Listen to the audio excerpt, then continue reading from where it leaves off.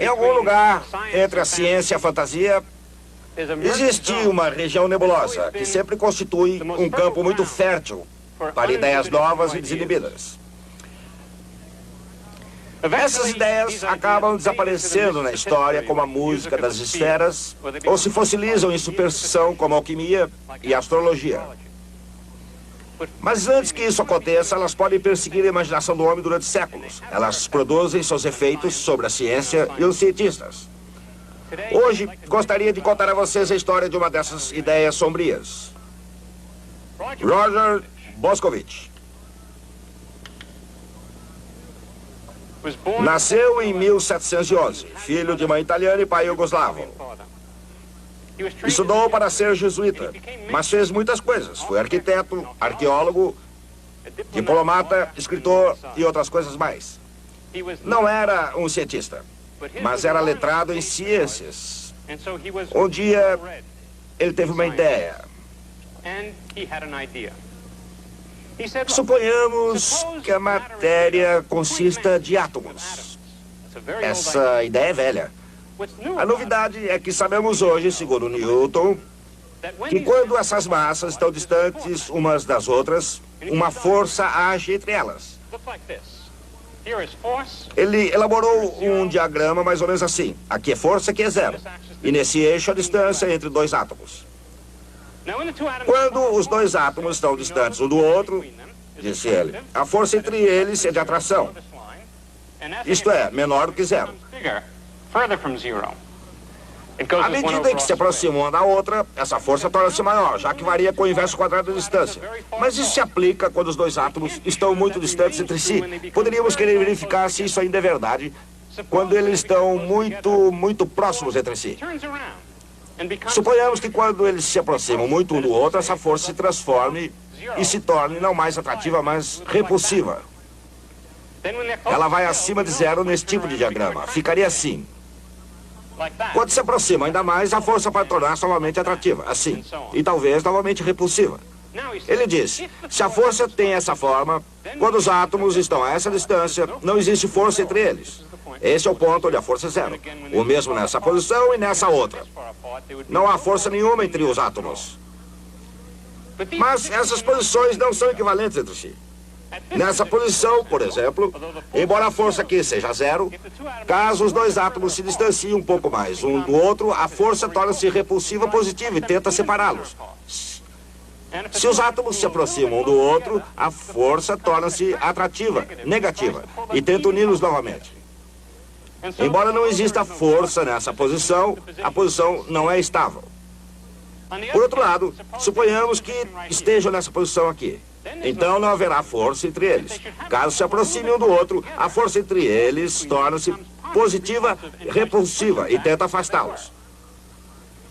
Caso se afastem, a força torna-se atrativa, negativa e tenta uni-los. Essa posição é uma posição de equilíbrio estável.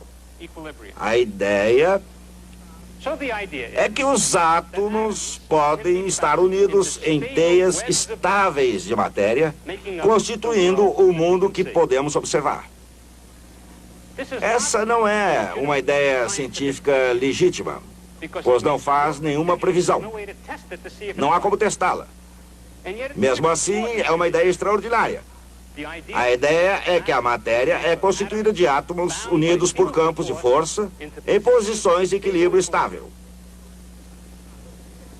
A legítima descoberta científica dos átomos foi feita no século seguinte por John Dalton. A legítima descoberta científica de campos de força foi feita no século seguinte por Michael Faraday. Ambos foram fortemente influenciados por essa ideia estranha e nebulosa de Roger Boscovich. Estabilidade. O estado de um objeto que retorna ao seu ponto de partida depois de perturbado. Como uma bola de gude. Todo átomo de cada objeto sólido no universo mecânico se encontra numa posição de equilíbrio estável. Uma posição não muito diferente da teia de matéria imaginada por Roger Boscovich. Mas enquanto Boscovich concebeu a estabilidade em termos do jogo das forças newtonianas, a ideia influenciou no conceito dinâmico de energia. Talvez ninguém aprecie mais o fluxo de energia do que um bombeiro, especialmente quando o calor se vai. Calor é energia. E energia, em suas muitas formas, é uma das dinâmicas propriedades do universo. Qualquer que seja a sua forma e independente de sua finalidade, a energia está em toda parte. E sempre estará, como sempre esteve.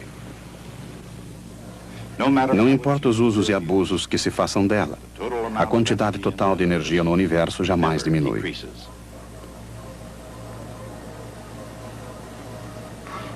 No depósito do cosmo, as prateleiras estão tão cheias de energia hoje como estavam na manhã em que o universo começou a funcionar.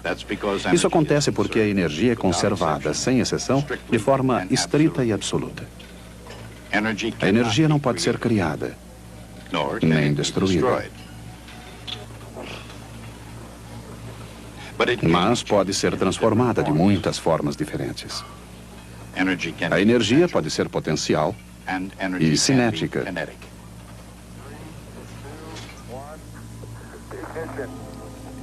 A energia pode ser quase celestial e simplesmente infernal. Mas não importa onde ou como, mesmo quando não há calor, a energia flui de uma coisa para outra. Até mesmo de um sanduíche para o aprendiz de bombeiro. A energia flui de muitas maneiras, de muitas formas, e entre muitas coisas.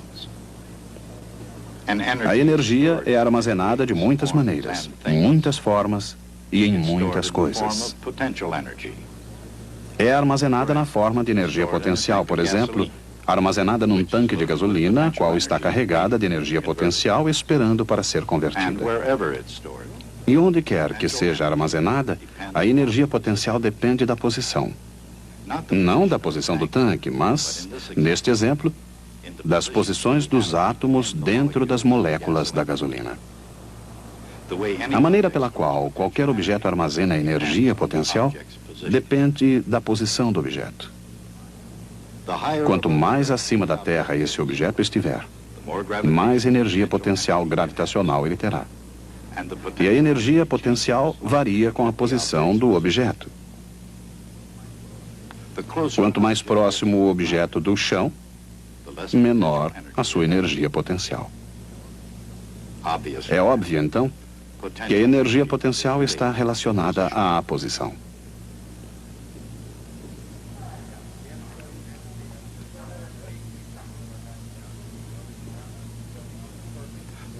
Enquanto a energia potencial está relacionada à posição,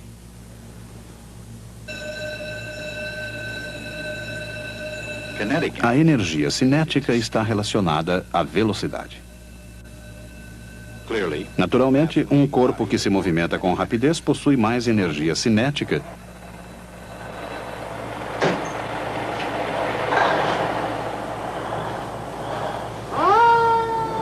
do que um outro que se movimenta lentamente. Mas qualquer corpo pode trocar a energia potencial por energia cinética, trocando a posição pela velocidade. Mais ou menos da mesma maneira que a energia potencial de um objeto depende de sua posição com relação à Terra. A energia potencial de um átomo depende de sua posição dentro da matéria onde se encontra. Moléculas de óleo possuem uma grande quantidade de energia potencial. Seus átomos estão ligados em moléculas pela força elétrica entre eles. Quando em ignição, rearranjam-se em outras moléculas que contêm menor energia potencial. Os jovens bombeiros que aprendem a respeitar esse fenômeno têm o potencial de chegarem a ser bombeiros velhos.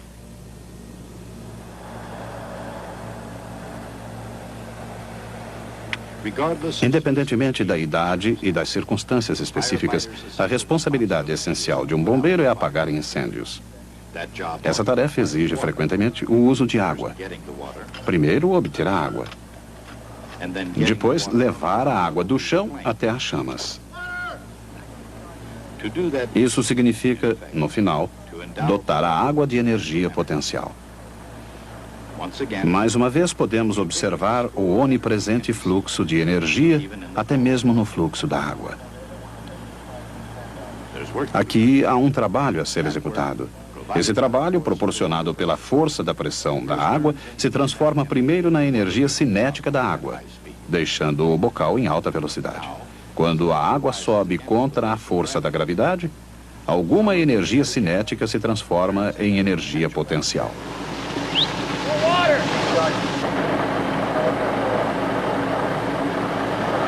Com uma boa equipe e suficiente pressão, a água pode chegar ao seu destino.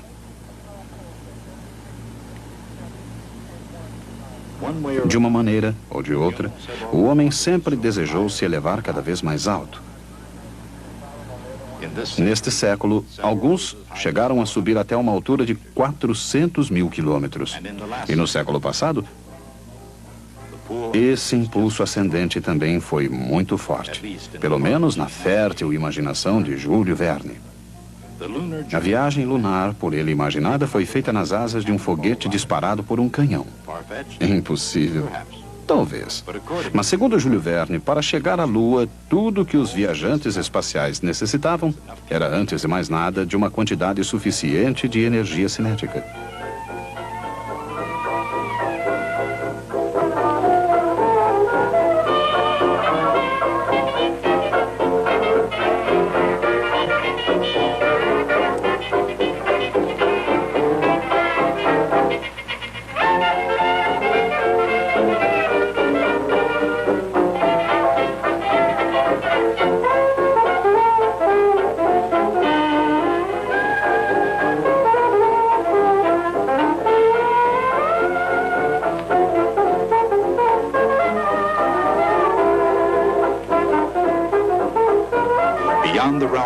Fora do campo da ficção científica, a gravidade da Lua pode, de fato, ajudar um projétil a concluir sua jornada.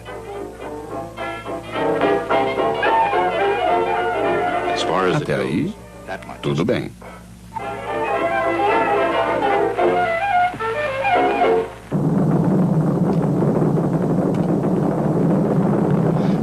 Mas será que um veículo seria capaz de deixar a Terra sem um motor próprio?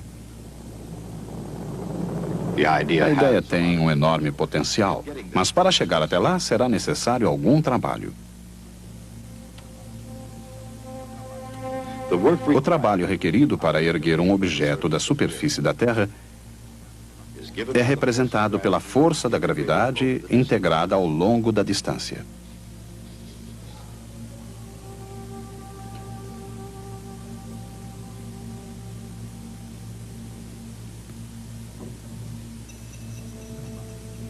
O trabalho é a variação da energia potencial.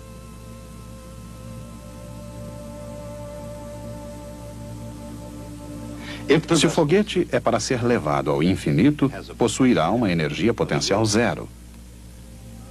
Assim, na superfície da Terra, sua energia potencial é negativa. Para escapar da Terra, ele deve receber alguma energia cinética. O suficiente para que sua velocidade não se reduza a zero antes que ele chegue ao infinito.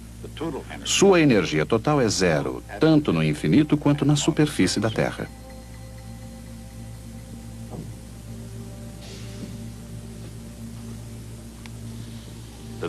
O veículo conseguirá deixar a Terra se sua velocidade inicial for de cerca de 11 km por segundo. Enquanto os astronautas sobem rapidamente com foguetes, os bombeiros tendem a subir com a própria potência. Por medidas de precaução, geralmente interditam os elevadores. Quando um elevador hidráulico não está disponível, isso os deixa a pé. Os bombeiros precisam mais do que pés firmes para subir escadas. Eles precisam de energia.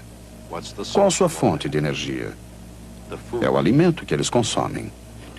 Para qualquer pessoa que precisar de alguma quantidade de energia para concluir o seu trabalho, o fato de a energia humana vir do alimento talvez não constitua surpresa. Mas isso talvez seja uma surpresa. A quantidade de alimento necessária para se fazer um determinado trabalho pode ser calculada. Consideremos, por exemplo, a tarefa desse bombeiro e os fatores envolvidos. A energia potencial necessária deve ser igual a mgh. Isso equivale à sua massa vezes a aceleração da gravidade, vezes a altura que ele atinge. Um bombeiro médio com roupas especiais pesa cerca de 90 quilos. A aceleração da gravidade é mais ou menos 10 metros por segundo ao quadrado. Um prédio de 10 andares tem cerca de 30 metros de altura. Assim, a energia potencial final do bombeiro, se ele tiver que subir os 10 andares, será 90 vezes 10 vezes 30, ou 27 mil quilogramas vezes metros ao quadrado, por segundo ao quadrado, também conhecido como joules, em homenagem a James Joule. Joule demonstrou que cerca de 4,2 joules equivalem a 1 caloria de calor. Assim, a energia potencial do bombeiro, mgh, corresponde a pouco mais de 6 mil calorias. Mas uma caloria alimentícia, o tipo de caloria sobre a qual os livros de regime não param de falar, é representada por C maiúsculo. E equivale, na verdade, a 1000 calorias térmicas. Assim, o resultado líquido do esforço desse bombeiro, se ele tiver que subir até o alto do prédio de 10 andares, seria transformar cerca de 6 calorias alimentícias de suas reservas de energia em energia potencial. Essa é a minúscula fração transferida para a energia potencial do seu corpo 30 metros acima do chão. Para transformar a energia alimentícia em energia mecânica, o corpo humano é uma máquina surpreendentemente ineficiente. Essa máquina utiliza a maior parte dessa energia só para se manter em ação, respirando, digerindo, metabolizando e simplesmente se mantendo viva. Mas às vezes essa minúscula fração pode ser a solução para tudo.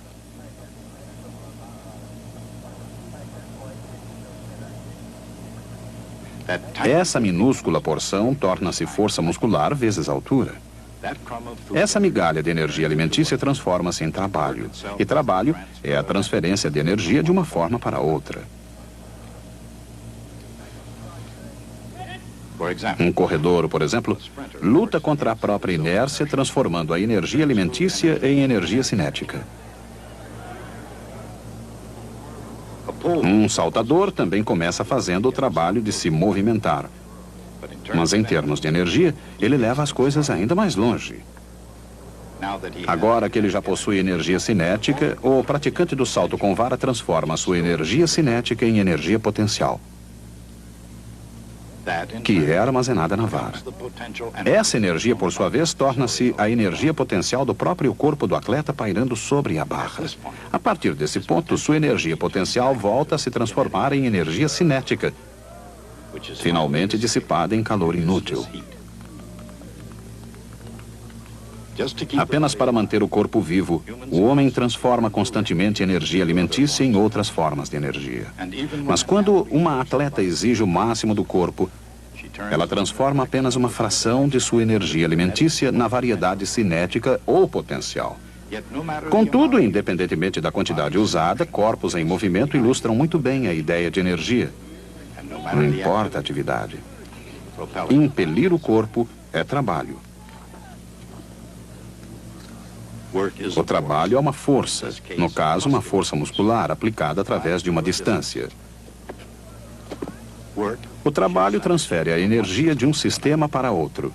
Por exemplo, do interior de uma máquina infinitamente complexa, o corpo humano, para uma forma mais simples e visível, como a energia cinética e potencial de um disco durante o lançamento, ou a energia potencial de alguém subindo uma escada.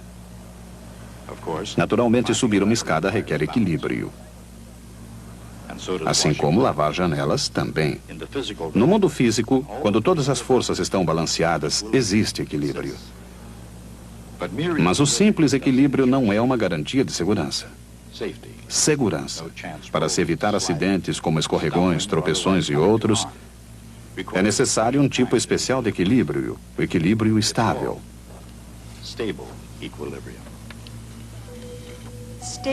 O equilíbrio estável pode ser observado num gráfico de energia potencial versus posição.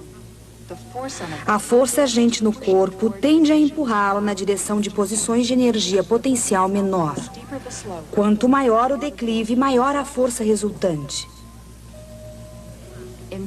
De fato, a força é igual a menos a velocidade de variação da energia potencial. Como ela depende do declive da energia potencial e não do seu tamanho, a energia potencial pode ser positiva ou negativa sem alterar o seu efeito. É claro que quando o declive é zero, não há qualquer força no corpo. Ele está em equilíbrio. Esse equilíbrio pode ser estável, como no caso de se estar aninhado com segurança num vale, ou instável, como ao se estar empoleirado de forma precária num pico. Em termos de força, esta é exatamente a imagem que Roger Boscovich tinha em mente. A energia potencial de um par de átomos de hidrogênio, por exemplo, tem uma posição de equilíbrio estável. As energias potenciais das interações entre átomos se devem às forças elétricas entre eles, provocando atração quando estão muito distantes. A distâncias menores, eles resistem à concentração. O resultado é uma posição de equilíbrio, onde a atração e a repulsa estão em perfeito balanceamento. Nessa posição, eles se reúnem numa molécula de hidrogênio. Equilibrada nos degraus da escada do bombeiro, a energia potencial depende da posição. A energia potencial é reduzida quando se move para locais mais próximos ao chão. O local onde a energia potencial é mais baixa, onde uma coisa não pode cair mais, é o único local onde a estabilidade já não importa.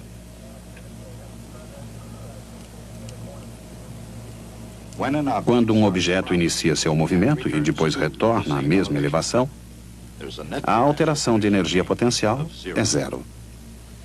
Assim, do ponto de vista da física, apesar de toda essa saudável atividade, nenhum trabalho foi realizado. Ao mesmo tempo, exatamente em virtude de toda essa saudável atividade, um trabalho muito importante foi realizado. O curioso, quando a questão é analisada de uma perspectiva histórica, é que esses corpos fazem isso voluntariamente. Nos maus tempos, as máquinas eram utilizadas para transmitir e ampliar forças, mas não se pode dizer que os personagens eram voluntários. Ao contrário das máquinas de hoje, que aumentam a resistência do corpo, essas máquinas alongavam o próprio corpo. Muitas vezes, a simples visão dessas máquinas levava o pecador a confessar todos os seus pecados, reais ou imaginários. Essa prática, usada com muita eficiência contra prisioneiros aterrorizados, era conhecida como a apresentação dos instrumentos. Agora chegamos a um ponto crítico em nossa jornada. Aprendemos o que é força, aceleração, energia, trabalho e, na verdade, todas as ferramentas necessárias para resolver os problemas de mecânica. Que tipo de problemas você está preparando para resolver? Aqui está um bom exemplo. Isto é um plano inclinado. No plano, um carrinho de massa dada. Aqui está o carrinho. A massa aplica uma força diretamente para baixo. Está preso ao barbante que corre sobre uma polia descendo em seguida. Aqui outra massa pendurada que exerce uma força para baixo nessa direção. Nesse ponto existe um certo coeficiente de atrito entre o carrinho e o plano. O plano é inclinado num ângulo dado, θ. A pergunta que poderia ser feita é: qual deve ser essa massa para que o carrinho mal consiga sair do lugar? Vocês sabem tudo o que é preciso saber para resolver esse problema. Vocês poderiam muito bem perguntar que avanço teria a cultura universal se você conseguisse encontrar uma solução para esse problema. Nenhum, é claro. Mas você teria uma chance de experimentar as ferramentas que aprendeu. E eu poderia descansar um pouco enquanto você resolvesse o problema. Acima de tudo, esse é um problema tradicional. Centenas de gerações de estudantes enfrentaram problemas de planos inclinados e polias. É claro que sabemos que já naquela época os estudantes consideravam a mecânica uma matéria chata. Nossa tarefa é fazer com que sintam prazer em aprender ciência. E chegamos ao ponto onde, tradicionalmente, chateamos alunos com problemas. O que fazer, então? Os comitês que controlam o nosso trabalho debateram o problema e, finalmente, chegaram a uma conclusão. Fomos autorizados, então, a lhes apresentar os instrumentos. Verei vocês na próxima vez.